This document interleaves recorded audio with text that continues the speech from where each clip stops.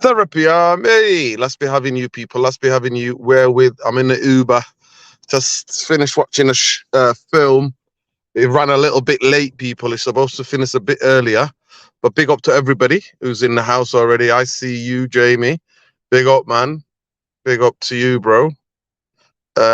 Big up. Salute, Mr. Therapy. Big up to you, man. Big up to all of you people, man. Love and light, people. Love and light. Sorry, I'm 5 minutes late. We're in the Uber. We're about to go home. Straight onto the bridge, bro, yeah?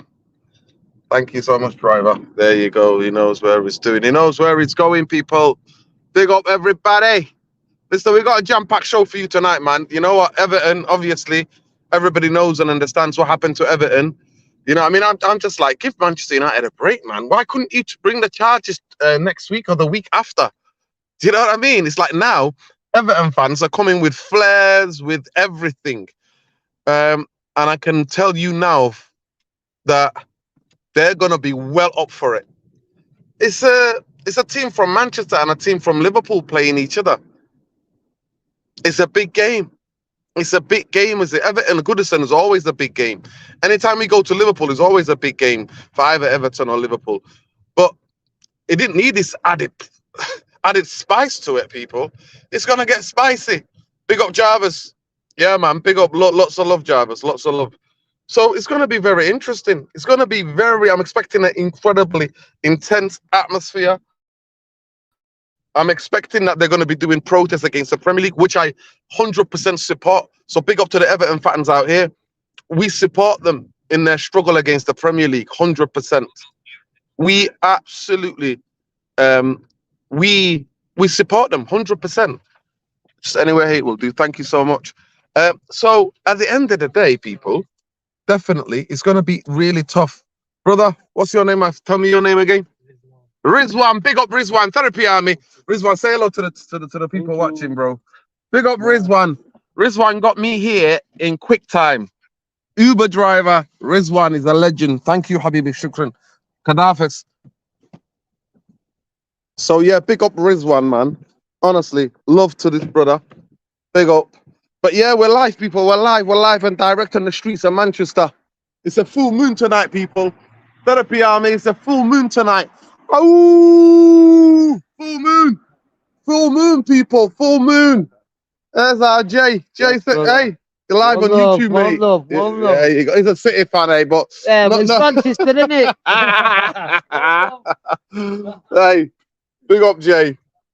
Yeah, let's get the people in, man. Let's get the people in. Bombaye, big up to you. How you doing, man? You good? Can you hear me? Yes, brother. Are we having it? How's the weather out there, man? It's freezing. Oh, yo, it's brisky. Brisky, actually. It's absolutely briscos.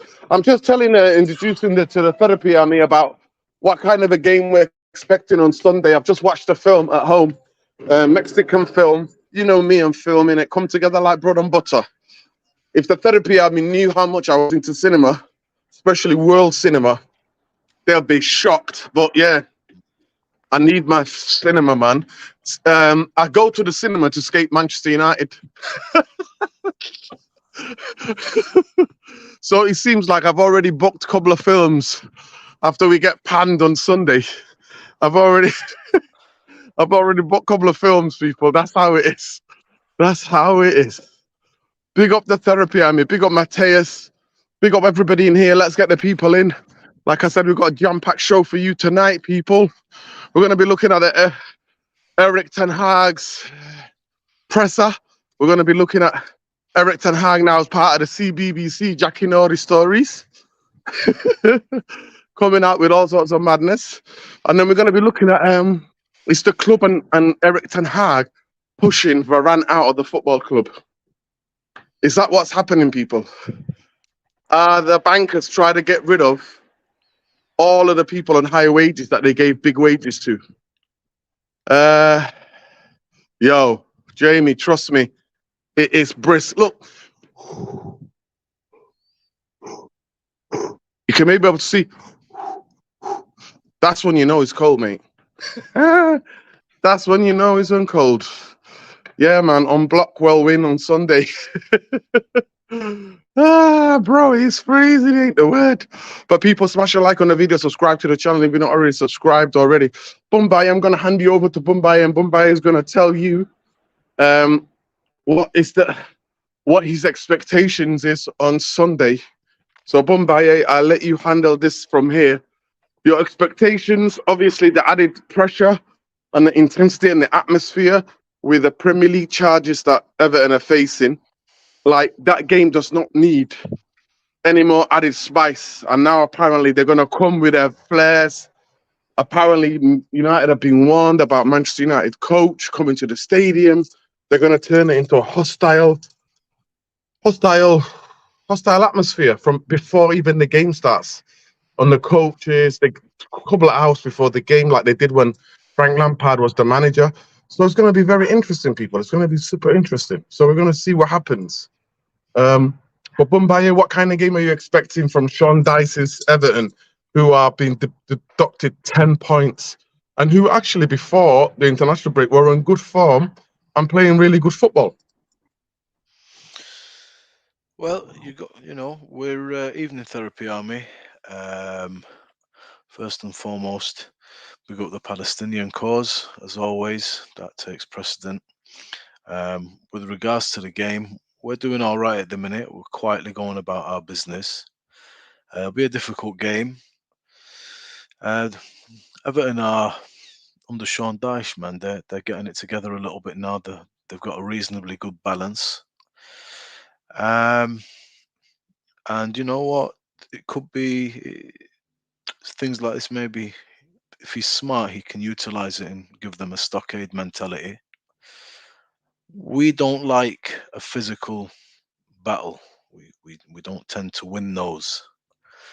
And they've got more or less everybody fit.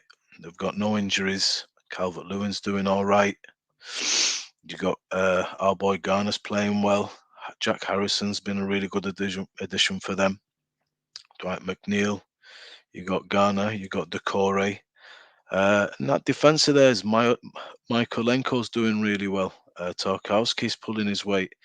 So they're an honest, hard-working side who approach games and look to exploit the deficiencies and the weaknesses of the opposition. And they're at home, and they're going to feel like it's all going against them. So they're going to pull together, and it's going to be a difficult game. But we need to be up for a physical battle. See if the weather's going to be freezing like this. It's an early kickoff, so it could be tough. It's a difficult game. This one. I'm not sure what I see in terms of a result. You'd like to think that we can win this one, and we are going to win this one. But it's going to be hard work. If we play well, then maybe some of our quality, more better players their quality can shine through. But if we're going to go goal down, get picked off on the break, and then they're going to camp in, it's going to be a difficult afternoon. Their midfield is strong. They got good players like Harrison and McNeil that can catch us on the break.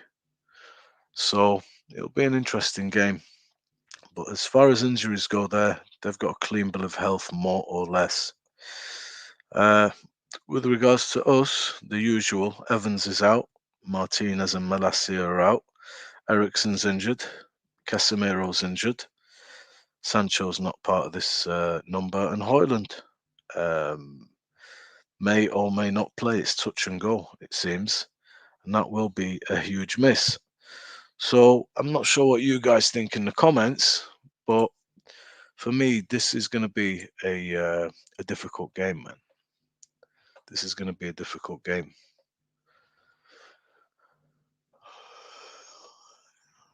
Yeah, so we've got MUFC 14 saying that our players don't like any kind of battles. It's true, unfortunately. Last year we were quite a resilient team. You know, we didn't fold under pressure. We could take the barrage and come through it.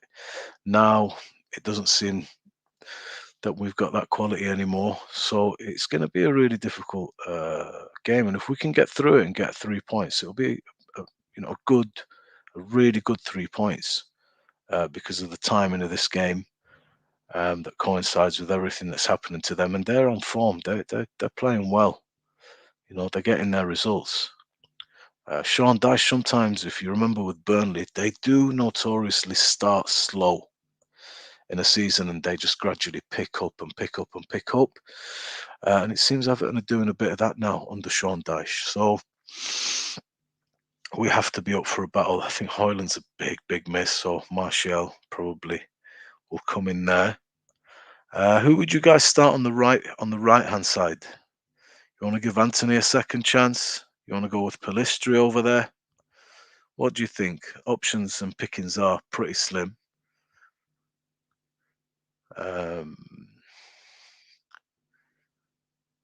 How many wins can we see United in the next 6 games? Well, depends on who those games are against. So Everton, it's difficult. I'm not sure. After Everton, you're looking at it's Newcastle away. Now Newcastle have got some problems. They got thumped by Bournemouth. Dan Burns out till next year. You've got Almiron, one of their really good players, is suspended until the end of the season. He won't be available. So I'm not sure that's going to be, I mean, that helps us a bit, but it's still a difficult game. Then from there, you're heading to Chelsea away, a difficult game at any moment. And Nkunku's on the way back as well now. Broha's back. So they've effectively solved that deficiency of a striker. That's another very difficult game. Bournemouth at Old Trafford, I think we should take. I'd be confident there. And then you've got Liverpool away. So, listen, get your scorelines in. I'm not even taking it that far. I'm just looking at the next 3 West games. Ham away. So it's days. The way Manchester United play, unfortunately, that question is just a very difficult question to answer. Because by the time you reach those games, who knows what you've got in front of you. But Kumbaya, can you hear me? Yeah, I can hear you fine, man. Yeah, so basically, I'm just looking at the next 3 games, people. The next 3 games. I'm not even looking ahead. Next 6. I'm literally looking at the next 3 games because the next 3 games for me will tell us a lot of what's going on at this football club. And when I look at the next 3 games, I just see it's going to be peak, people. It's literally going to be peak because the next 3 games for me are tough enough as it is. I'm not looking too much into the future, genuinely. And we can see it on here now. Everton, Wednesday, Galatasaray at 5 o'clock, and then Newcastle on Sunday. You see that Galatasaray next Saturday. game. So we Galatasaray, and then the Saturday we play Saturday night Newcastle. So it's looking peak for me, people. It's literally looking peak. Looking absolutely peak, people. But big up to everybody. Please smash a like on the video, subscribe to the channel if you're not already subscribed. Matthias, jingle all the way, man. Listen, jingle all the way, mate. Jingle all the way. I'm not gonna lie to you. We're gonna come on to the Varan stuff, but let's just do the preview first, and then we'll get onto what he said on the presser, and then we'll get onto the Varan bit. Hopefully, we're gonna be joined by people like Jarvis and everybody else. But let people know, like, share, subscribe to the channel. And we always say on this channel, free Palestine, man. Free Palestine. Solidarity and love to everybody out there. Ben, big up for the super chat, bros. Big up Nura, Bombay Therapy. I mean, this is just a massive game. As the other top teams have tough games too. I will always be Ten Hagen. Also, free Palestine. There you Respect go, Ben. To you, Ben. Respect. There you go, Ben. There you go. Nice. There you go. Coming out of absolutely straight out the trap there. Big Ben for you there. That's it. Big heart, man. Big heart. Because to me, if you're free Palestine, you have your humanity. And you've decided to keep your humanity. That's what you've done. You've decided to keep your humanity. And that's why you've gone big. So big up. Big up, people. Love and light, man. And big up, Ben. Now, definitely, Ben. Of course, big games in the Premier League this weekend. Already tomorrow at 12:30, City Liverpool, isn't it? If I'm not mistaken, is it City Liverpool tomorrow? It is, yes, tomorrow at 12:30. Yeah. Right. So let's get the fixtures up. Actually, let me go to the fixtures. Let's get the fixtures up. Fixtures for tomorrow. Let's just have a look. I've got them Not in just front of for me, man. Manchester I've United. got them here. Look, Let's so just go back here. Let me just get there when I can just get it up on the screen. So let's have a look at the fixtures tomorrow. so look, people. I'll tell you this, right? If tomorrow is a big game, as Ben says, is a really good opportunity to capitalize because you've got the two best teams in the league playing each other. Not that we're exactly in competition with them, but nonetheless, that someone's dropping points, either 2 points or 3 points. Then you've got Newcastle at home to Chelsea. Yeah. That's a tidy one. Who knows? Somebody's dropping points there. Arsenal are playing Brentford, which is interesting. I don't think it's going to be just straightforward. They're away to Brentford. And Arsenal, you know, Jesus is not 1 goal this season. Odegaard's just coming back. So they've got a little bit of problems. And then you've got a really tasty one at 2 o'clock before we play at 4:30, which is Spurs versus Villa. Spurs now, check this out. Maddison's out till January. Romero is suspended. Van der Ven is out till January. And Udogie is just coming back. That's big. That's a lot of problems there for them. Maddison is the biggest miss. Madison is the biggest miss. Well, bro, their 2 centre backs are out. But So Maddison is the. Listen, I still think they can still score goals, but create. But Maddison is a big creator for them. So Maddison is the guy for them. Now, there is Bentancur that's back though. He's only just coming back after a long layoff, but he's a very good player. He's a very good player. So it's touch and go, that one. You know, Villa could do something there. Yeah. Big up Mateus for the super chat. Free Palestine. There we go, man. Free Palestine, man. We stand with humanity. Man. Absolutely. Free Congo as well from multinational corporations, and free Sudan from the CIA. And MI6, mate. That's how we do it. Yeah. Trust me, man. Trust me. Yeah. This is where we're at, people. This is where we're at. Big up Jarvis. Jarvis, how you doing, bro? I'm fine. I'm fine. How are you, Nurdin? Good to see you again. Been a long time since I've been on the channel. Yeah, man. Listen, it's been a long time since the channel's been live, man. You know what's going on. They try to silence us. You know how it is. They try to restrict it. They're not letting people know that we're live and all sorts of things. And I've been really busy with organizing. Well, not organizing, but being involved in a lot of the protests, civil. You know, a lot of the. As part of being human is part of like getting out there and being part of other people who feel exactly the same way about you. So we've been doing lots of different marches and solidarity marches for Palestine. So that's been tough, and work's been tough as well. But you know, work's been interestingly, you know, amazing and also tough. So that's it. That's what we've been busy. And then on the evenings, my friends are in plays. Friends are doing this, doing that, inviting me to here. So it's been one of those. It's been hectic. Let's just put it that way. Hectic. But trust me, I really enjoyed the international break. I used to hate it. When United were good people, I used to absolutely despise the international break. Now Manchester United are shite in terms of football and everything. I'm just like, damn, we need to go and do something, man. That's what we need to do. 100%. Big up Jay Patel. Jay Patel knows he's something, man. Exactly. Of course, innit? That's what I'm saying. Listen, anybody can be a Zionist. You got black Zionists, you got religious Zionists, no religious Zionists. So Zionism is not about just Judaism. It's about lots of different things and what they want to do, man. They're very racist ideology, political ideology. And you got Muslim nations who are part of the Zionist regimes as well. So this ain't just about people doing this. And the state of Israel does not represent Jewish people globally. Jewish people live all over the place. And we stand against anti-Semitism of any sort of anti-Semitism. And we support and love and send light to all the Jewish people worldwide. That's it. And we stand with them against any hate or anything they face. We'll always be there and stand in solidarity and love. So that's not a problem. Problem is Zionism, man.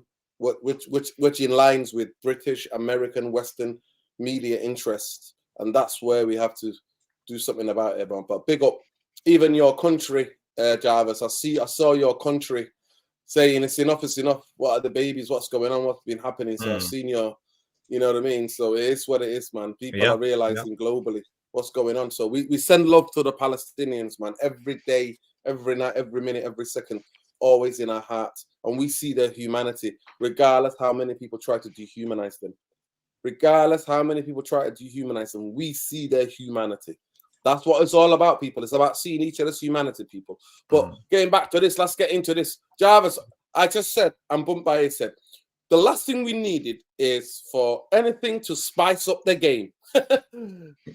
Teams from Manchester playing team away at Liverpool, in Liverpool is always going to be tough, Jarvis. Even though our record, historically, has been good at Everton. Historically, our record has been quite good up there.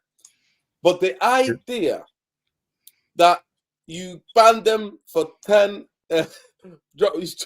you took 10 points off them, right? Deducted 10 points from them in the week that we're playing them.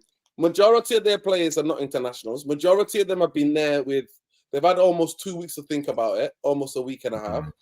Son Dyche doesn't, you know what I mean? It don't take a lot for Son Dyche to really get into his boys. And that is something that they're going to be up for it. So from what we're hearing, the Everton fans have gone to war with the Premier League. They've got a banner tomorrow, even in tomorrow's game, Liverpool versus City. They've got a banner. They've got banners, airplane banners, and all sorts of things happening. They're gonna go to the headquarters. They're gonna protest at the headquarters of the Premier League tomorrow. Apparently, they're gonna get there early for the coaches. They're gonna meet United coach. They're gonna have they're gonna set the most intimidating atmosphere. And you know our boys, yeah. When we can see the goal, the bottle goes anyway. So you can imagine the Evertonians getting to our players before the game, even before they get on the pitch. And you can see how madness, what's that going to take? So it's going to be a mad one tomorrow. On Sunday. And I'm like, we didn't need that. Why couldn't they introduce the ban to them the game before? Why couldn't it come into play 2 games after our game? So it's going to be tough. But to be fair, as a United fan, and we said it on the last show as well, as a United fan, as a football fan, I stand in total solidarity with the Everton fans. I know what the Premier League have done to them. I know what they fessed up to, and that they're deducting them of 10 points. And it's absolutely ridiculous. It's uncalled for. It's almost trying to victimize Everton as a football club and their fans. So we stand in total solidarity with Everton fans against the Premier League. And I'm happy to protest. If I was going to the game on Sunday, I'll be protesting against the Premier League with Everton fans to say, shame on you for doing that to the fans. It's not the fans that have mismanaged the football club. We know all too well, people. Talk about club being mismanaged, what the Glazers have done to us. And now you've got Jarvis. They're running that same playbook again because January is around the corner. Oh, FFP. Jarvis, if I'm not mistaken or not, if Manchester United are not paying down the debt and didn't have a debt, FFP won't touch us because we'll be making a lot more profit, and all of the profit will be there to show that we're making all this profit. And that we'll be using that to buy whatever players that we wanted to buy. But some of our fans are so deluded, they can't put 2 and 2 together. They can't. They tell no, FFP. No. Manchester United have an enormous amount of debt. You take the debt away, anything money that's coming in the club is generating goes back into the football club. It doesn't go back to paying for debt, interest rates on debt. It doesn't. Yeah. I just want to ask a quick question. How are you feeling about it before we get into the actual preview, break it down by numbers? How are you feeling about the game on Sunday? And how was the international break? For you, we saw lovely Everton. Sorry, not Everton, Scotland, Norway. Was that in Norway? Oh, no, that was in Scotland. That was in Scotland. Yeah, Scotland. 3-3. Yeah. So you're not qualifying for the Euros this year? No. What about the World Cup? Do you think you might have a chance with the World Cup? No. The team, we have a couple of big stars, and the rest of them are not up to the stand. So that's a problem with Norway at the moment. I hope we will get a new coach after this qualifier, because the qualifier is very defensive, it's very organized, it's about the strict backline and stuff like that. I think when you have players like like Haaland and Odegaard, you have to unleash them and let them play on their strengths, not being you know Haaland. You see him when he plays at Manchester City. He doesn't do much when it comes to defensively work. He doesn't run much, but when he's in the Norwegian team, he has to do a lot of more work. Same with Odegaard. I think we need to try to let them play football as they are used to get the best out of them. But that's a whole nother discussion. When it comes to Manchester United and this international break, yeah, this 10-point deduction, it came at the worst point possible for us if we just isolate it up until us, because we are now facing an Everton who smells blood. They are up for a fight. They want to protest.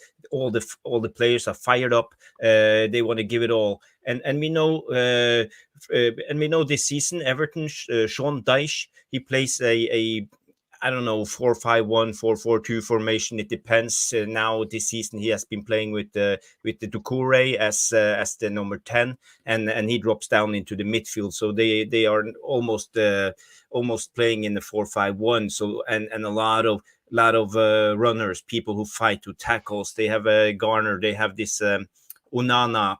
And we know Doucouré, he's really good in fighting. So, but I think Onana is out with an injury for Everton, unluckily for Everton. But I think still they will give us a fight. But then again, you can come at us with all you got, but we are better than Everton, so we should win this game. But should have, would have, could have is not the same as winning it. So I still think it will be difficult.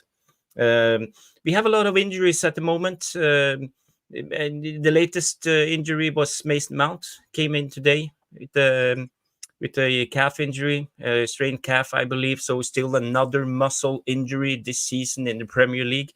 We all read it was up by, I don't know, 65% up with muscle injuries, the same as hamstring injuries. So it's not good. He will be out at least until January. I feel sad for Mason Mount, but it is what it is. Maybe Mainu will get his chance now. It will be easier for him to get him into the team, because we have a lot of games coming up in the next month. So yeah, it will be exciting times. Bumbaye, are you here? Yeah. Yeah, no, Yeah, listen, I'm cool. here too. Big up people. Listen, let's get into it by numbers. 100% I agree with you, Jarvis. 100%. And you know what? I feel really ashamed for Norway, by the way, because I think you've got you've got a super creative player and then you've got a striker.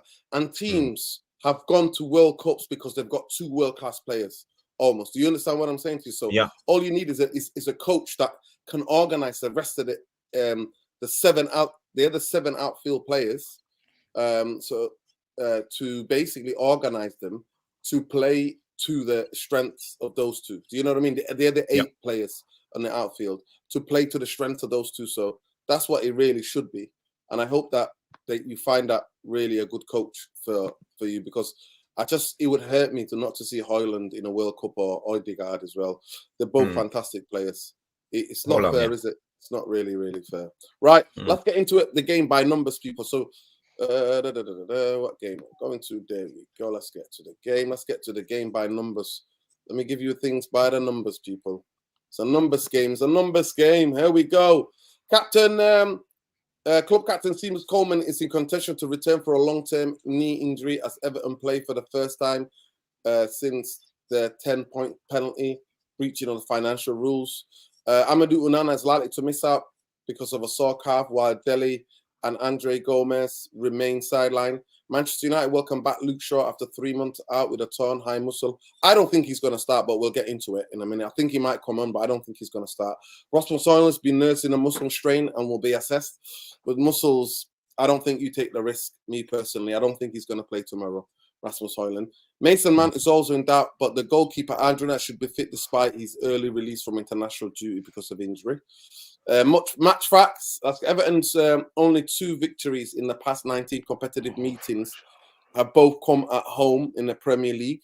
4-0 win in April 2019. Remember when Ollie, that was the famous Ollie going, there'll be some players here and a lot of players will be gone. Remember that? And a 1-0 win in April 2022. God.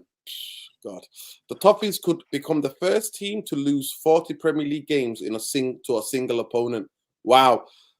They and Spurs have both suffered 39 defeats against Manchester United. Wow. United did their league double over Everton last season and can win constructive Premier League matches at Goodison Park for the first time since a run of 3, 2005-7, from 2005, 2006, and then 7, yeah.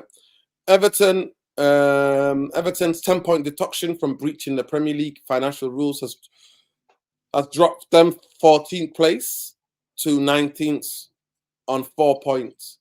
Oh my God. They're the only team that have 4 points in fewer than 2 Premier League matches, avoid relegation, was Everton in 94-95. They have earned 10 points from their last 5 games. Record only Manchester United 12 and Liverpool 11 can better. So they're on form, by the way. They are definitely on form. The Toffees are vying to earn consecutive league wins for the first time in 13 months. They have equaled the club record of 10 home league defeats in a calendar year, set 4 previous occasions. Wow. Sondheim side have scored unrivaled 5 goals in the opening 15 minutes of Premier League games this season. So that tells you that they start very quickly. Dyche's only victory in 15 Premier League fixtures as a manager versus Manchester United came in charge of Burnley at Old Trafford on January 2022. And his record is drawn 5, lost 9. So he only beat us once. Manchester United have registered 3 successive Premier League away wins for the first time since the run of 10 from December 2020. All these victories were against teams who will begin at the latest round of fixtures at the bottom 6 of the table. All 7 of their league wins this season were by 1 goal margin. They have only lost 16 of their 55 matches in all competitions in 2023. Last firing worse than 22 years ago when they suffered 17 defeats in 55 games. Wow. United have only led for 120 minutes in Premier League this season, which is 169 minutes fewer than Everton. Erik ten Hag has secured 30 wins and 96 points in 50 Premier League fixtures. Among the current manager in this division, only Pep Guardiola has fared better in his first 50 games. Marcus Rashford has scored 1 goal in 16 club appearances this season, and it's the only goal in 16 matches against Everton was a penalty in the FA Cup tie at Old Trafford. So, people, it is what it is. Big up Mateus. Mateus here. Thank you so much for the super chat, Mateus. What do you think? What do you lads think will happen to Ten Hag if he get whacked by the Scousers again in a similar manner 7? I think he's gone then. I genuinely think he's gone. But big up to everybody. Those of you here, please like, share, subscribe to the channel. They try to silence us because we speak up for humanity. So please, it's a responsibility of you in the community to share the channel far and wide, people. To share the channel far and wide and let people know it's the only channel that's speaking up for humanity. Not many people are speaking up for humanity. So this is the channel where we keep our humanity and we speak up for humanity. So big up to everybody. The stats, they're on fire, they're on form, they're scoring goals, they're full of goals, they're playing good football. I'm not going to lie to you. It's not Sean Dyche football. I don't know if any of you have watched Everton. Even before they started getting the points, Bombay and Jarvis, that they were literally like being unlucky. They just couldn't score. They were missing sitters, chances, right, left, and centre. So at the end of the day, they found goals, and they're going to be up for it. There is no mistake about it. We could have done with them being deducted 10 points. This is the first game, and they're going to try to put a marker down, like Java said, like Bombay said, like I'm saying. So that's what they're going to try to do, put the marker down. So that's what it is, people. But it's going to be very interesting. I'm not going to lie. I've already booked 2 films to watch. Afterwards at the cinema. I'm there, man. I'm there. I'm at the cinema. So what type of team do you think he's going to pick tomorrow? On Sunday. Because at the moment, look at it. Bombay said it before. So we've got Mason Mount's in doubt. Rasmus is definitely not playing. Luke Shaw, he might be a substitute. I'll be shocked if Luke Shaw starts. Varan, we've fallen out. We're going to come to that in a minute, that conversation about Varan. And so Evans is injured. Casemiro's injured. Martinez is injured. You know, it's going to be, it's not going to be an easy game tomorrow, Sunday. I keep saying tomorrow, but yeah, it's Sunday. It's not going to be an easy game at all. Far from it, people. Far from it. So, what team do you pick from that? I can see him picking Juan Bissaka right back. And I can see him also picking. Do you want to pick the teams? Jarvis, have you got a template? Do you want to do it from your side? You can do it from your side, yeah. Yeah, I can do it from my side. Yeah. Let's just bring it up here. Lineup builder. We have it here. Okay. Give me 2 seconds. I'll just share the screen. It's crazy, people. What's happening?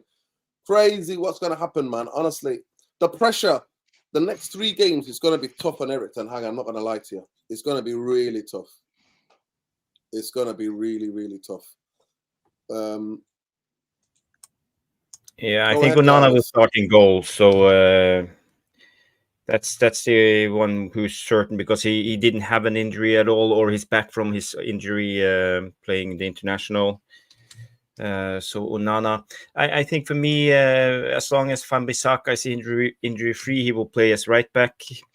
So the question is, who will start as centre backs? We know Luke Shaw is back. We have Evans back from injury, and Varan and Maguire. So where do we start? Right, I think Maguire and Lindelof are going to start. Maguire is going to start, definitely. Yeah, Maguire will definitely start.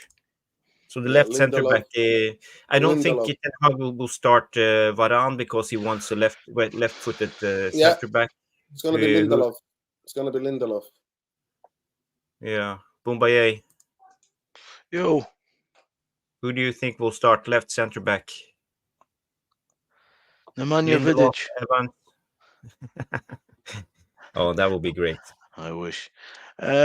So sorry, man. Maybe I think I got it wrong. It's Lindelof. Evans is injured. Yeah, so probably Victor Lindelof. Oh, I saw Daily Blind. I don't think it's going to be Shaw, you know. I really don't think it's going to be Shaw. I think it's going to be Diego Dalot. Diogo. I like Diogo. Yeah, we have Regulon or Diogo. That's the 2 options. I believe I said it yesterday in our show MUFC Realist TV that I believe he will start Dalot, because Dalot is a little bit better going defensively than Regulon. Even though he had a stinker against Copenhagen, he gets dragged out of position and he loses his focus on the far post. So, but for me, I believe Dalot will start. Yeah. 100%, I agree with you. Dego will start. I think McTominay is going to start 100%. I think he might be Amrabat. I think he's only who's he got fit? He's only got Amrabat fit. Bruno. Eriksen and Casemiro are out. Eriksen, Casemiro, and Mount is doubtful as well. Mount is doubtful.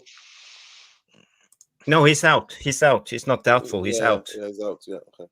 Yeah. Who cares, man? William Wallace and Amrabat is the options, I believe. I think it's going to be Amrabat and then Bruno. Yeah, I think you're right. Because he's got nobody else. No. And then Bruno. And then most likely he's going to play Anthony. Or Rashford. No, yeah. Hey, Kobe Mainoo's back. But I doubt it. He's going to play him in a game like this, first game away like this. So I think Anthony will play. Stink out the place. You think so? You don't think Pellistri? No? No, he's injured. No, he's injured. He's had a knock from Uruguay. Oh, dear. Yeah. So Garnacho on the left and Martial, Rashford, or I think it might be Rashford. You don't think Marcus Rashford's going to start this game? I think it's going to be Rashford up front. Marcus Rashford starts every game, man. Yeah, I think that could be the team that starts the game. I think you're right. I think this is the team. I agree. Yeah. So the only thing is maybe he will start Martial up front as the number 9, but I don't think Ten Hag trusts Martial. You saw it against Copenhagen in the last 15 minutes. He put in Mount out as a false number 9, and he had Martial on the bench. So I don't think he trusts Martial at all. It's going to be a difficult game. It's going to be a difficult game. This So- midfield game with the Very difficult game. you know, that it'll be interesting midfield battle. I think Wan-Bissaka will sort Jack Harrison out. Jack Harrison's playing on the left, right, for them. And Yeah, I can't see. Mikolenko. Mikolenko's a good player. I like him. He's done all right. He's very good. But I think Wan-Bissaka will have Jack Harrison's number. Me personally, it's up to Scott McTominay and Anthony to do their jobs as well. This is by the way, people, this is the team that we're thinking. This is the team we think Eric Ten Hag's going to pick. Yeah. Shit, man. We've got a guy in the comments called Jarle Malmin. He says Everton 4-1 are going to win. Yeah. Mal's being mean. Yeah. Jarle is Norwegian. He loves pepperoni pizza. Jarle. Listen, in the chat, you know what? In the chat, people, please let us know what you think the score's going to be. So I'll go to you, Bombay, first. What do you think the score's going to be? What's your heart telling you? What's your head telling you? I think before I say that, I like what Wendy's saying. Rashford left, Martial starts, Garnacho bench, impact. Bench is looking a bit skimpy for me. We need someone to come on and change things. You start with that. Martial ain't an impact player. Martial is not going to make a major impact.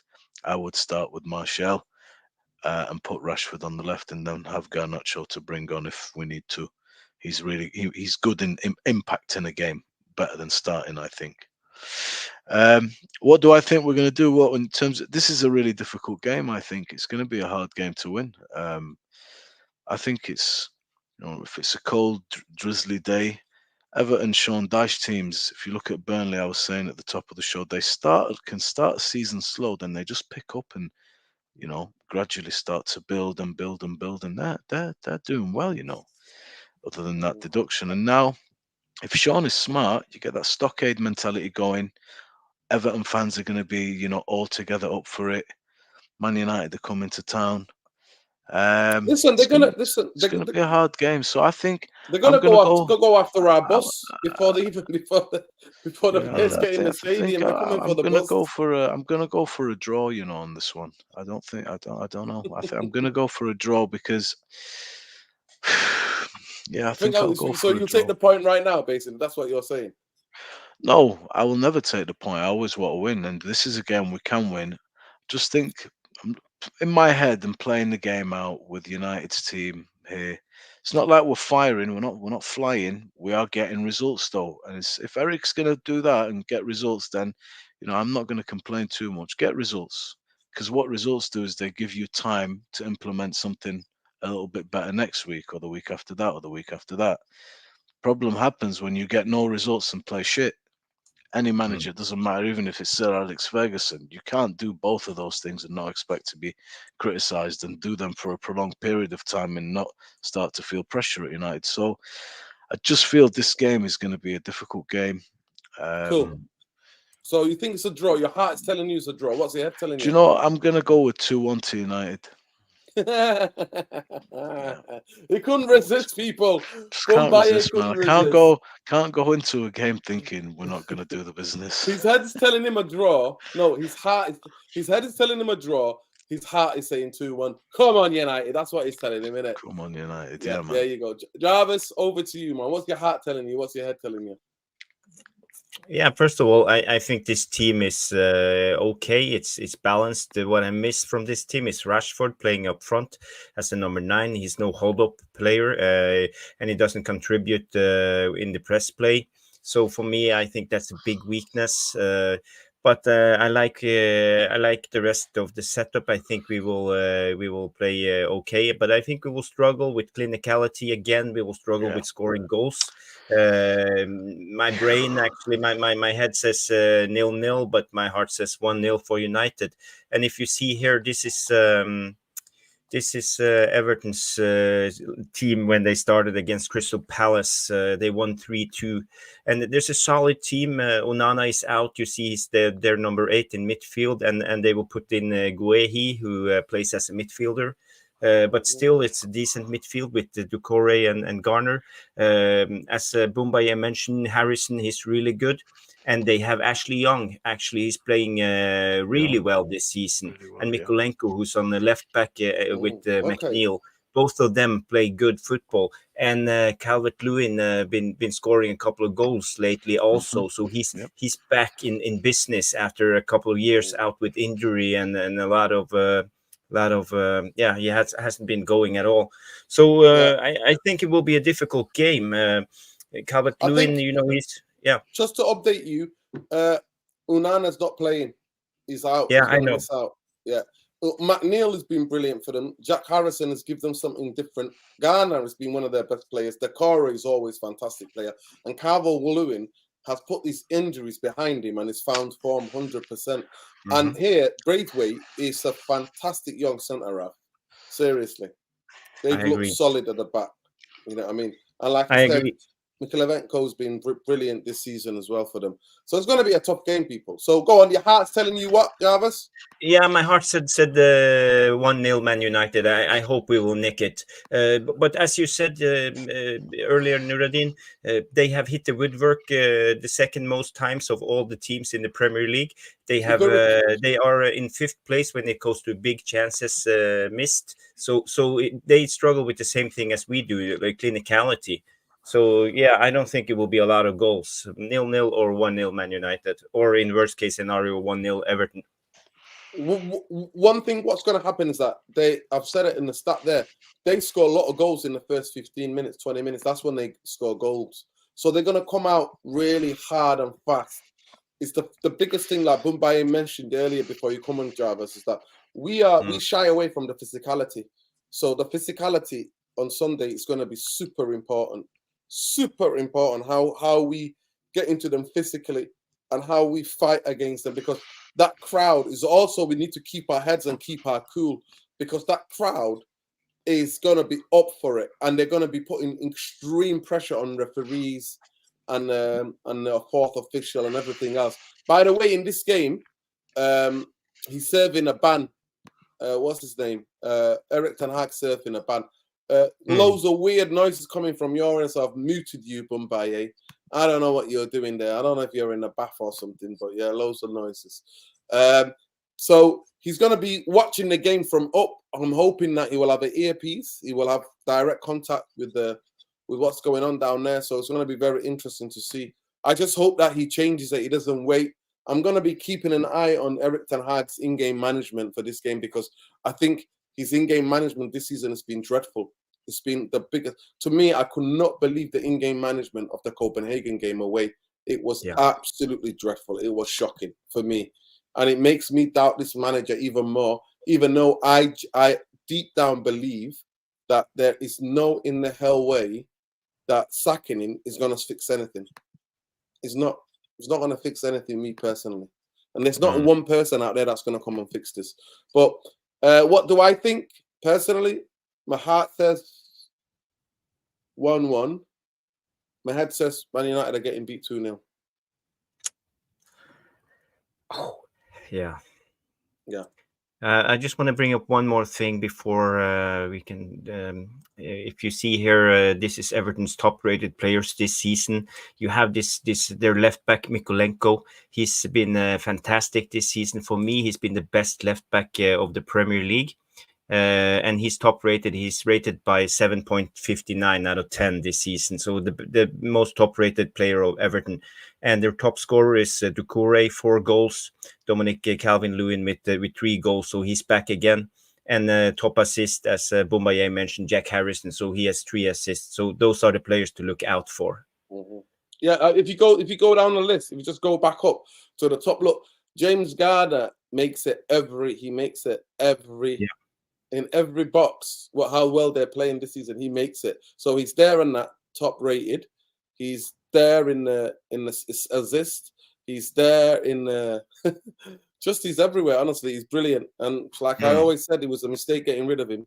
Me personally, what in my head, I would bite your hand off if you said to me, Scott McTominay or James Garner in midfield tomorrow. I swear to you, I would bite your hand off for Garner. The level of quality on the ball is just different. It's different class, different gravy, people. But big up Jarvis. Anyway, let's get into it now, people. We need to get into this. Varan was dropped for the Manchester City derby. The manager came out and said it was tactical. He doesn't like playing players who are right-sided on the left-hand side. He doesn't like playing that. We saw it with Maguire last season. He plays Luke Shaw there more times. There's a pattern that seems to be emerging, so bear with me, guys. All of the top earners have been, so Ronaldo's gone. Sancho's in the doghouse. De Gea was get rid of. Actually, De Gea's contract ran out and they didn't offer him a contract. But they got rid of Ronaldo. De Gea, they didn't offer him a new contract. Sancho's in the doghouse. And Varane is one of the highest top earners. And the only other top earner is Marcus Rashford, right? So he is the club. He's the face of the club. Him and Bruno are the face of the club. So those two are not going anywhere. Those two guys are not going anywhere. But Varane, I think they try to get rid of him. Now, Varane is a football player. He's missed since he's been at Manchester United, the amount of injuries he's had, it would be like almost 40 games. That's almost like a nearly Premier League season in terms of league games. So for me, it's doubtful. But the idea of what Erik ten Hag's doing, picking fights with players who perform for him, especially at the back last season, I find it really surprising. So I'll go to you first, Jarvis, and then we'll go to Bumbaye. Why do you think he's doing this? Do you think this is enforced from the club? Do you think that they want to cash in on him in Saudi Arabia, and they want to get rid of the high wages? Do you think this is Jim the Ratcliffe making moves already? What do you think is going on, Jarvis? Yeah, well, if you should go after what Ten Hag said in his presser, it's about he wants a left-footed centre back who can play because of the angles when they play out from the back. So that's his tactical explanation. The question is, do we buy it? Do we want to? But they came out a lot of rumors about the fallout with Varan and Ten Hag. And we know the sources. It's the Daily Mail, and we had the Neil Custers from the Sun, and it's all just guff. So for me, I don't read too much into it. But in a way, I think Varane, he's been injured a lot the last couple of seasons, and he's dropped in performance. So I think that's one of the main reasons why Ten Hag is putting him on the bench at the moment. He's not performing, and he said he wants consistency. So and we know Ten Hag likes consistency. So that's the problem with Varane. He can play 2 games and then he's out again, or he can play maybe 1 game a week. But we have 2 games a week, so we need consistency. That's what I believe Ten Hag is saying. But let's just play with the hypothetical idea that Ten Hag had a fallout with Varane. I don't see it, because I see Varane as a very, very, very mature player, and I think he's well respected. I think he's very professional. So for me, I don't see this, but I can see it when it comes to other players. We saw it last season with Ronaldo, and a little bit with De Gea. But all the managers do it. Ferguson did it with Roy Keane. We can see it with the Pep. He does it with he did it with the left back, the Portuguese left back. What's his name again? And even Klopp has done it with his players, big players going out. So it's nothing new, but it always gets extra attention when it comes to Man United. So that's my point of this.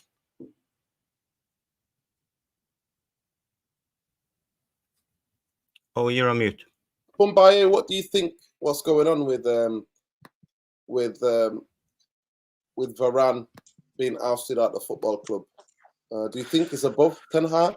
Do you think Ten Hag's part of it, picking fights with players?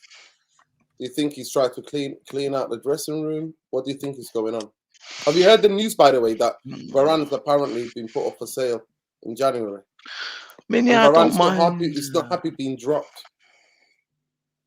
I mean, the problem is the first part of your question is I'm somebody that thinks, the manager his power has to be absolute. I've always believed that. I think anything other than that undermines um, the manager, and that means he starts to lose control. It can't happen, and managers need the full backing of the board in no uncertain terms. So, you've got the Ronaldo thing. Ten Hag won that. You've got the Sancho thing. So with this Varane thing, I look at it as, okay, what do I think of Varane as a player at this point in his career and what he gives us? I'd get rid of him. I don't think Varane's very good on the ball personally. And if we want to bring somebody in with a focus on the ability to play out, then I understand that. I also think that Varane is not getting any younger. And if he is one of our top earners, he's on a hell of a wage because he misses large parts of the seasons. You're always watching him play, not knowing when he's going to break down. There's too many of these. We can't afford it anymore. We need people that stay fit. So I have no issues with Varane being put up for sale as long as we're going to get somebody else in that can play ball, defend, and that Eric Ten Hag wants, and that is not going to be injured, bro. So I'm all for that. Okay, fair enough. That's a well put. You made your point across really well. For me, I'm never about player FC. I rate, and my thing about Sancho is that there's something going on because we're only hearing Eric Ten Hag's side, and Sancho is a person of his principle, regardless what I think of him. So he stuck to his guns, and he did not apologize because he feels like he's believed that he's been wronged. And then I see from only from the distance is how Anthony is stinking out the fucking place. And I know that Sancho will not be like what Anthony's been this season, even though I think that Sancho has not been amazing. But last season there was games where he performed, and we could have done with him this season. But for me, it just shows that, bro. But Just to for me, back up the what only you're saying, listen, my only difference is this: is that Eric Ten Hag, player management has come to into question. And from everything that I've studied football throughout the years, is that managers, if they want to pick fights, they pick fights when the window's open. You either pick fights before the players come back for pre-season and you get rid, or you pick fights in January, and so that you can get rid. They're the two windows. You use those two windows to basically clear house. What I find really strange is that picking fights with players, because what you don't want is the virus to spread, the discontent to spread through the dressing room. Dressing rooms are very fragile. If you want to know about football, footballers are highly sensitive because they're very highly paid footballers. They surround themselves, all footballers, by the way, not just all of them.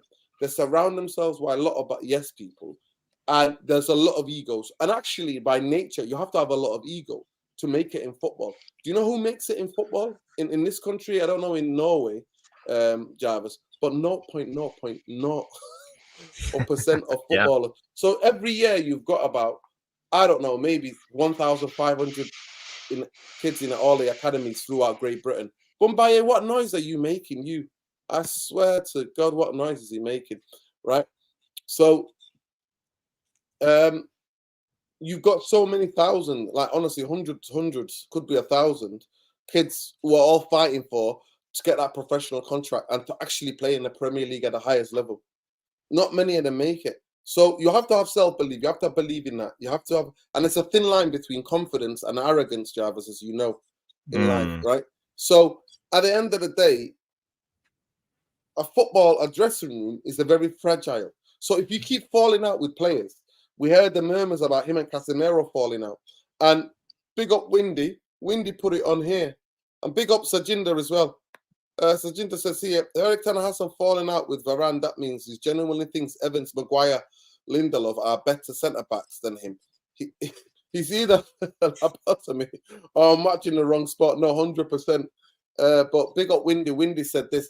Ten Hag's picking fights with players who he named as his senior core group. Bizarre. 100%. There's something going on here.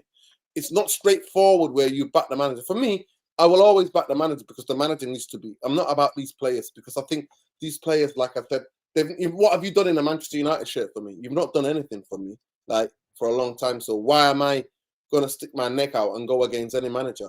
I just believe there's two sides to every story. And I also believe that people who stand on their principles. So I know that I'm not just saying that, but I genuinely do think, I 100% think that his agent, Sancho's agent, would have been like, apologize, get this done with, get back on the football pitch, but he stuck to his principle. So I respect that.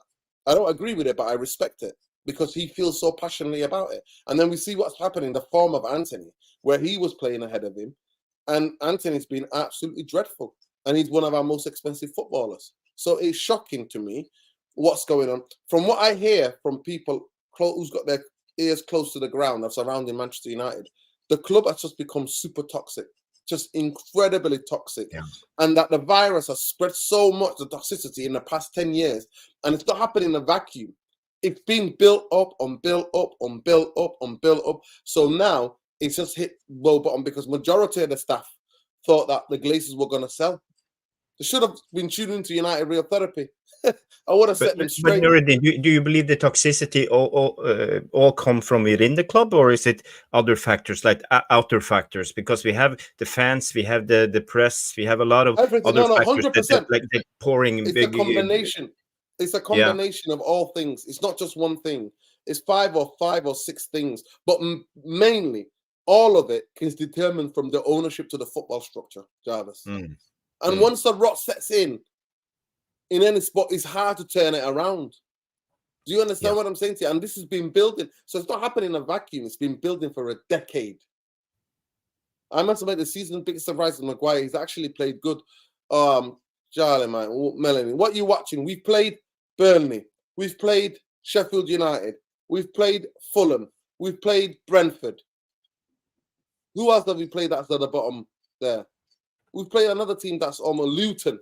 So we played those 5 teams. When he played against Liverpool, when he played against City, what happened to him? When he played against Copenhagen, and all it was is basic defending, Jarvis will tell you, is basic crosses into the box. Where was he? Jarrell, I understand he's looked better than what he was last season, where he was costing us games and he was making the errors. I agree with that, but I'm not getting giddy or getting excited like he's turned to something corner. He hasn't. He hasn't. I promise you, if Varane was fit, Martinez was playing, they would be his first choice. That would be. But we're not trying to play out from the back.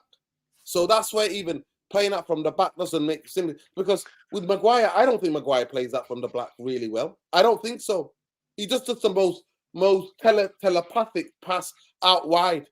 It's really slow. He's pondering on the ball. Nah. Varane's quicker than him. Varane is a better defender than him. Fact.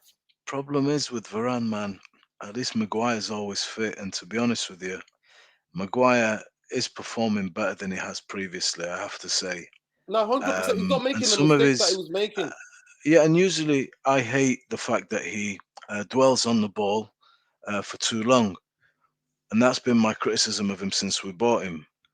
But in the last couple of games, I'm looking at him and he's moving the ball a little bit quicker. And to be honest, he's firing some decent balls into the spaces beyond that initial press.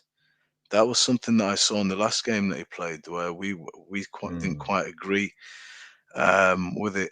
I think, look, with Erik ten Hag, if we get into the finer details of things, yes, I can agree with you that Sancho's sticking to his principles. And I will respect somebody that sticks to their principles and keeps themselves out of the team. And it's a shame because at this very moment, I think he would have had a really good chance to have a few run of games at the very least to maybe try and recapture some form and contribute positively. But ultimately, I think with football, because of the egos, because of the nature that, they look to you to be their general. And if you've got 24 players looking, and then one player or two players come and call you out, and you lose that battle, unfortunately, I think everything fragments. And that means the manager's, whatever good work he's done or whatever we have to come from him, is effectively undermined. Maybe it can't be repaired again. And we've seen that not only with small managers, with big managers that come with, a reasonable reputation that have come to clubs and they've been undermined and they've disappeared and they've been swallowed up. So I think Eric Ten Hag is going to make some mistakes. But Manchester United's track record of players having some power, as you just mentioned, over the last 10 years is not what we're Big, usually about. big, huge. So I think Yeah. he is throwing his weight around a little bit, and it's not always going to be perfect. But if you want the No. manager to stay and you want him to stay in control, and you want to be able to say, look, these are your decisions and you have to live and die by them, then we're going to have to let him make a little bit of these mistakes. Sancho is one that he can't lose, even though Sancho may have a point, whatever. Um, I just felt that maybe Sancho, just in the interest of getting back into this, and he's got the chance then, you see, if he says, okay, look, I'm sorry. Yeah, or he doesn't have to come out publicly, maybe. I don't know. Maybe he does. Mhm. Let's say he does it, and then he comes back into the team, and now we see Sancho performing and playing well. And Anthony continues to play shit. He can vindicate himself that way by saying, you called me out. I apologize to you. I never felt I did anything wrong. Now, what's everybody saying? I'm playing well. I'm standing up and being counted. You've got a great opportunity here because Anthony stinks. Rashford's got one goal or was it one goal or three goals? He's not doing anything. One goal in the league. One goal No, in the one goal league. in the cup. Actually, one goal in. I think Okay. he's got one goal in the league. 16 One games goal. in the last 16 games. He's Okay. got one goal. You've got young boy Garnacho. That's he's not better than Sancho or anything like that. He's doing well though. If Sancho came in and offered us something, he could steal a spot in this team. Ahmad's injured. Palestri's, it's there for him if he just wants to come back, but he doesn't want to. But I think you just have to accept in football, man. I'm just one of these guys that believes a manager's power has to be 100%. absolute. Now, I agree. I agree with you, especially at our club, because there's no help for the manager. Because of the way that we're set up, there's no help for the manager, and they rather throw the manager under the bus than the players. And too many Yeah. managers get the It's sack. easy, So I isn't agree. it? Yeah, it's easy, bro. 100%. Just It's throw easy that enough. manager under the Yeah, bus and yeah, yeah. players down tools, and And so especially when it's not going to get better. That's what I'm saying to you. It's not going to get better. And I genuinely believe Darren Fletcher and Steve McLaren will be interim manager if they to sack him. But big up Susie82, no long time no see. Says, I hope you're well. Big up to you, love and light. Big up to Eski as well. Eski's in the building, man. Big up. Hopefully he'll be joining us for the match reaction if he's not working on Sunday. yes, Big up to everybody. Big up to Sajinder as well. Google. Big up Lincoln. Power Rangers FC, mate. There you go. Power Rangers FC. Big Was up there anything? Jamie as well. Big up Mateus. Big up everybody that's in the building, man. There's over 100 of you in here. Please smash a like on the video. Subscribe to the channel if you're not already subscribed. This is Rebel Headquarters, people. We see the humanity of everybody, and After we being keep our humanity, people. All Bombay saying we would make sense if Everton I was a manager and players based on the performance. We all know the fact that Everton now will play his preferred players. we just put a little over Yeah. it. Sometimes, first of all, we've been so shadow banned. Is there any money to put the heating on in the building? There isn't. It's all good, man. It's all good. Listen, I actually wear it we actually wear it as a therapy, like a badge of honor that we've been. Honestly, I keep saying proud to be part of this number. But do you know, sometimes, yeah. Let's take Anthony as an example. I'm just going to put this out there. I'm not saying I'm right or wrong, but you're not playing well. You're playing terrible. Sometimes a manager buys a player as well because he trusts him. He looks around and thinks some of these players will dash me. So he buys an Anthony that he knows that won't dash him. He'll play for him. He'll keep going for him. But he's shit. He's playing so badly at the moment. Who'd you start, for example, in a game like this? What do you do? Put Rashford on the right? That's okay, maybe. But does that help Anthony's confidence that a guy who's not very good on the right, we're going to start him because you're so shit? At what point do you say to Anthony, look, you have to rekindle the form? maybe go back to basics. Stop trying to please the crowd. I think there's a little bit of that in Anthony, Just do the simple shit. Because if a player's off form, I can't banish him indefinitely. I have to give him the opportunity to get that form back, especially if he 100%. costs 85 million. So with Anthony, people are right. I understand the argument, but it's not an indefinite argument. Look, Maguire is not. It's not great. He's never going to be a guy that you would buy if you want to play a high line, and we could get caught over the top. No doubts. But he's improved. He's doing all right. And Anthony's going to have to be given. We're just going to have to be patient with him. That's life. There is nobody else around at the minute. Everybody's injured or not quite at the races. Rashford's not. You know what you do? You just banish him? I don't think so. I'm not going to keep saying he's, okay, he's second season now. He's got to get his shit together off the pitch. He's had some problems, but there is a half decent player in there. On his day, he's all right. He takes care of the ball well. He works hard. He's got a hammer left foot. Just go back and do it simple. I've not seen the hammer left foot for a long time, my friend. No, What hammer left foot? Listen, that goal against Manchester City is one. Yeah, once once in a. Listen, he's got it in the locker. He's got it in the locker. It's just in what locker? You know what the locker? He's lost the keys to the locker. He's lost the keys to the locker. But we have to. We can. I was going to tell you, he's lost a combination to that safe, mate. Look, all I'll say to you is, I look at the Manchester United lineup. Yeah, it's okay. It's okay. This is a team. This is a club that's got a lot of progression to make. Either we exacerbate every situation, like the Varan one, we make a meal of it, or the Sancho one, or the Anthony form, or we just get on with it and be a little bit patient, because it is what it is. Yeah, he has to find his form. I think Boumbaye has a good point, and actually when it comes to Anthony, I agree he has some very good attributes, and when I watch clips from when he played at Ajax, he was brilliant.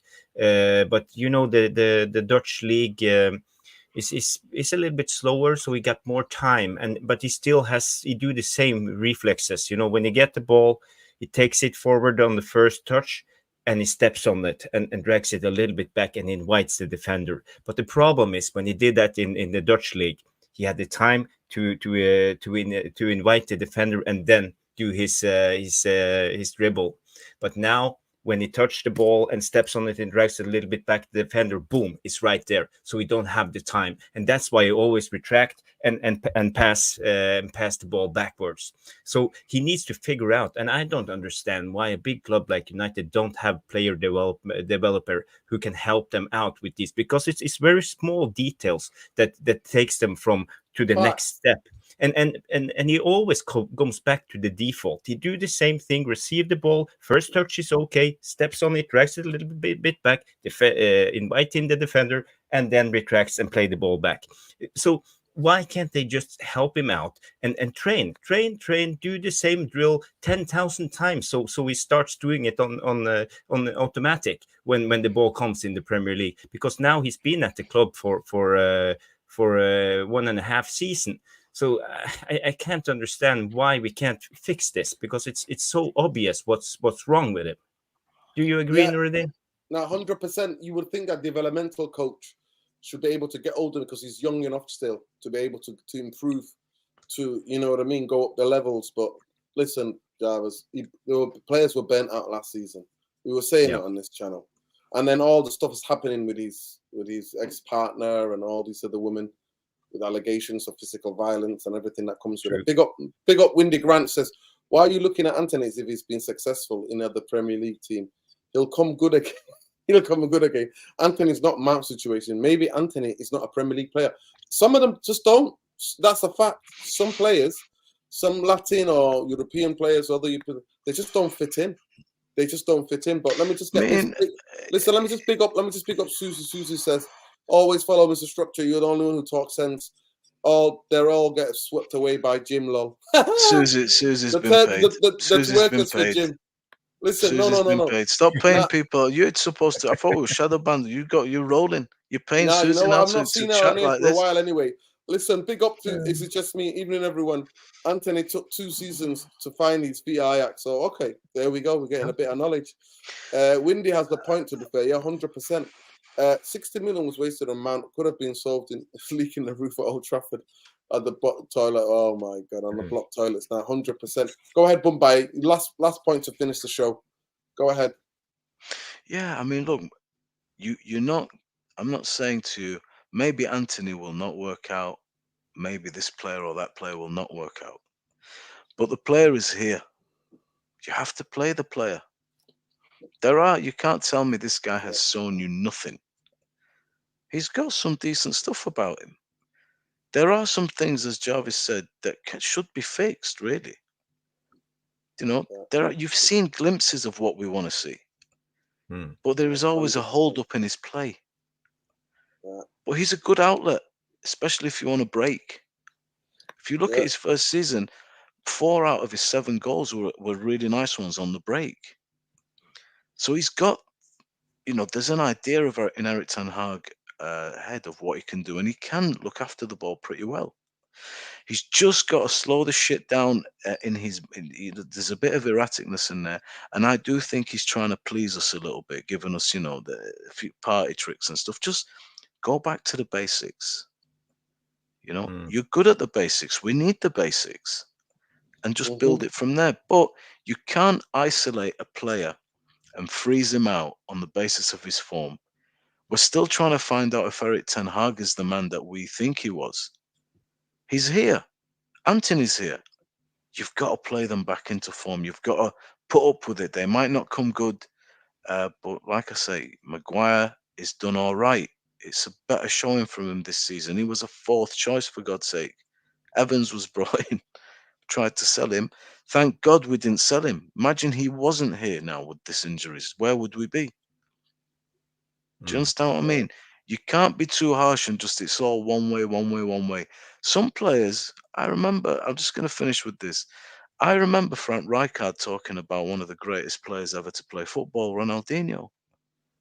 He said, I've never come across a player that was so sensitive and how his levels could drop when he didn't feel any love. And you know what Barcelona's like? These guys, man, are a young Brazilian lad. We've got to give him a little bit of love. There's too much killing and, we just want to rip people to pieces. Relax. It is what it is. We need to get behind these lads. They need all the help they can get at the moment. And by and large, a lot of shit off the pitch. They thought they were going to get a new owner. Instead, they got, maybe a new Glazer. Are you coming? Are you going? What's happening? Is Eric Ten Hag staying? Just how I mean, there's a lot of shit going on. If you're playing at Liverpool and City, I go to work. I do my shit. Nothing else to worry about. I go home. So I think we just got to get behind these boys a little bit. If they play shit, okay, we're gonna get on it and we're gonna give it them. But play Anthony. Yeah. Give him some time. Give him Listen, a chance. Yeah, big up everybody. Love and light. Just to say on the Anthony's got muscled off the ball way too easy. Actually, that's Sancho. Actually, when he was on form, when he was playing decent, he was actually quite good and strong on the ball. But nowadays, he's getting bullied off the ball. And you've seen him against Fulham, rolling around on the floor. Just shocking. People are going to an Anthony like his immigration. He's already here. Chill. Big up. It was Rishi Sunak and Suella in the house. Don't tell Suella. She'll have him out. Rwanda incoming. Exactly. So the biggest thing, what we can say, take away from the Eric Ten Hag, should we say, presser, is that he is trying to give his team confidence. There was a very much loaded question that was asked of him about how Manchester United are the form team, and he said we got their best, we got an good away record. He said about Varan, it's about players fighting internal competition inside, and there's no truth of the rumors. He was asked about the types of injuries. He said he's happy to have Luke Shaw back. He's not had a left-sided person playing all season. The rest of it was a bit dull, to be fair. The press conference was dull, but tomorrow night at 10:30, the second part will come out, and hopefully that'll be a bit more spicy. But Yeah, it's going to be tough. And when he talked about the 10 points Everton are docked and how's that going to how's that going to build them up? How's that going to give them the edge? He said, we've just got to take care of ourselves and we've got to match them. We've got to match their energy, their aggression, their intensity. So it's going to be very interesting tomorrow. On Sunday, people. We'll see. We shall see the type of game it is and the atmosphere and what it is. Like I said, just to summarize, we stand in total solidarity with Everton fans and understand that the miscarriage of justice and what's been done to them. So we stand in solidarity, but I genuinely want them to lose. I want United to win, of course, and I want Manchester United to get the points, but my heart says draw, my head says we're going to get beat 2-0. So I hope that none of them is true. I hope Manchester United can go there and literally nick it, and I hope they do. Whoever scouted Anthony is the problem, not the player. Well, it was Eric Ten Hag. It's Eric Ten Hag. The comment, that comment is brilliant. 59 likes. We've had over 120 of you in here. That is crazy, people. Listen, the channel is shadow banned. What are you talking about? Listen, big up to everybody. Love and light. Where are cities changes? Listen, big up. Let me just get my that. Anthony always gets muscled off the ball, yeah. But big up to everybody, man. Honestly, love and light to you all. Big up. I like to thank Jarvis, and I like to thank Bombaye. And make sure you are following Jarvis, Oli 77, Bowler 77, and make sure you check him out on Man UFC Realist TV as well. Yep. So make sure you check him out on there.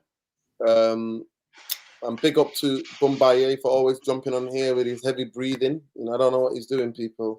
It's a very high quality mic. Picks up everything.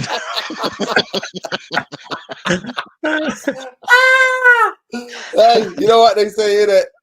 Always a good builder never blames the tools, innit? You know what I mean? Mumbai is going in for the mic. Let the people know what the mic is so they can get it themselves. It's the Darth Vader of the channel.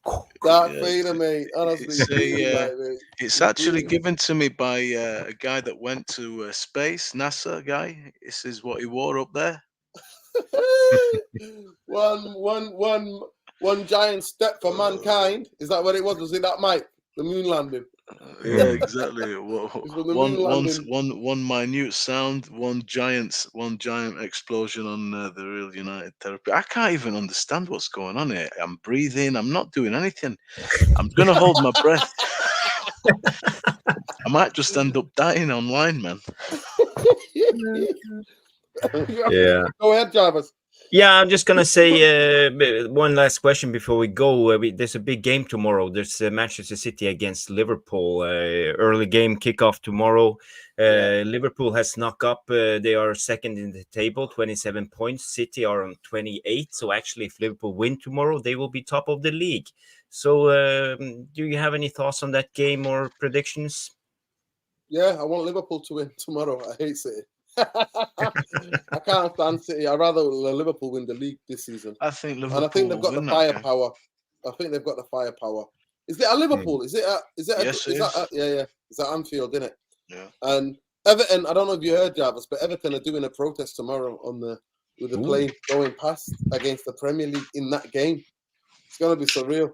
So it's going to be very interesting. So, I think with the firepower, I would like Liverpool to win. I don't want City to win. I'm just sick of City winning, man. Even though it hurts me, I'm just like, Liverpool, man. Do something. Somebody stop them. Yeah. Somebody stop me. You know what I mean? Stop them instead of stopping me. What do you think, Joe? I think Liverpool are going to win. Yeah, it's a tough game, but I agree with Noureddin. The firepower Liverpool have up front is massive.